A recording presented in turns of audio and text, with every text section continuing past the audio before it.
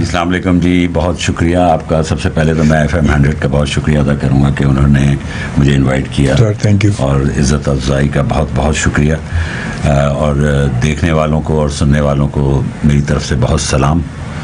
खुश रहें, आबाद रहें जी। चाहे कराची में रहें या हैदराबाद में पूरे पाकिस्तान में, पूरी दुनिया में जहाँ भी जा रही हैं लोग सुन रहे हैं, देख रहे हैं, उनको बहुत प्यार।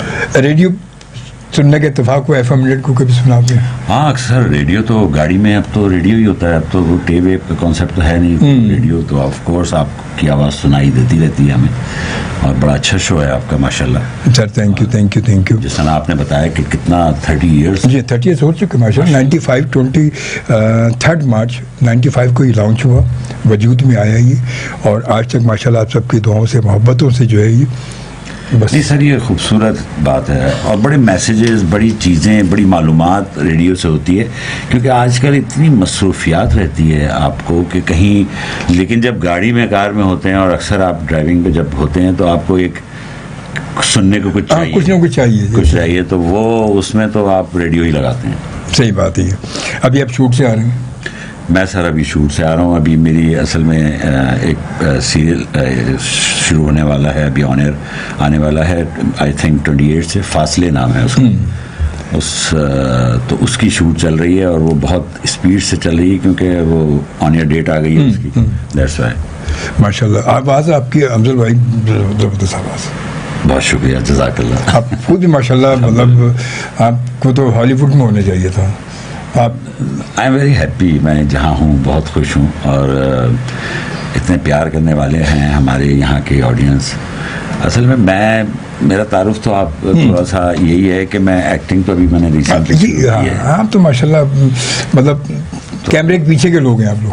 कैमरे के पीछे के लोग हैं। मैंने बहुत शुरू में 98 में मैंने एक सीरियल शुरू किया था। पहला वो पाकिस्तानी इंटरनेशनल सीरियल क्लेम करता हूँ मैं, इसलिए कि पहले पाकिस्तान में ही ड्रामे बने।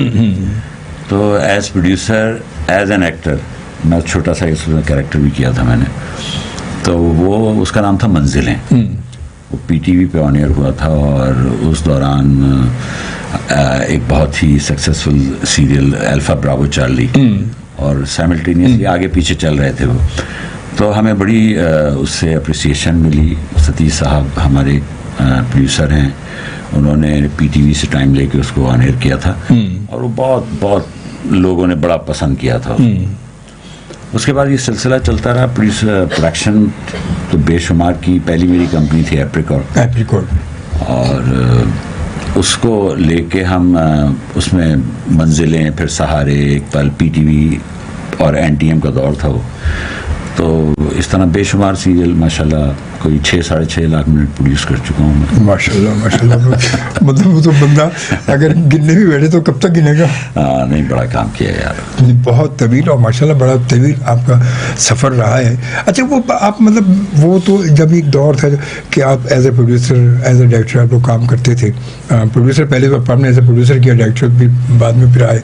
तो फिर वो जब प्रोड्यूसर से आप डायरेक्टर की तरफ आए तो वो सफ़र कैसा रहा, मतलब क्या तजुर्बा रहा? फिर अब एक्टर के बाद फिर आप एक्टर पे आ गए, तो एक्टर मतलब पहले नचाना और फिर नाचना ये बड़ा फर्क है। इसको इस तरह ले लें कि देखें, सीरियसली बात ये है कि जिस दौर की मैं बात कर रहा हूँ उसमें मैं ये क्लेम करता हूँ कि हाँ यार, पहला पाकिस्तानी प्राइवेट प्रोडक्शन हाउस था मेरा, उसका नाम था एप्रिकॉर्ड।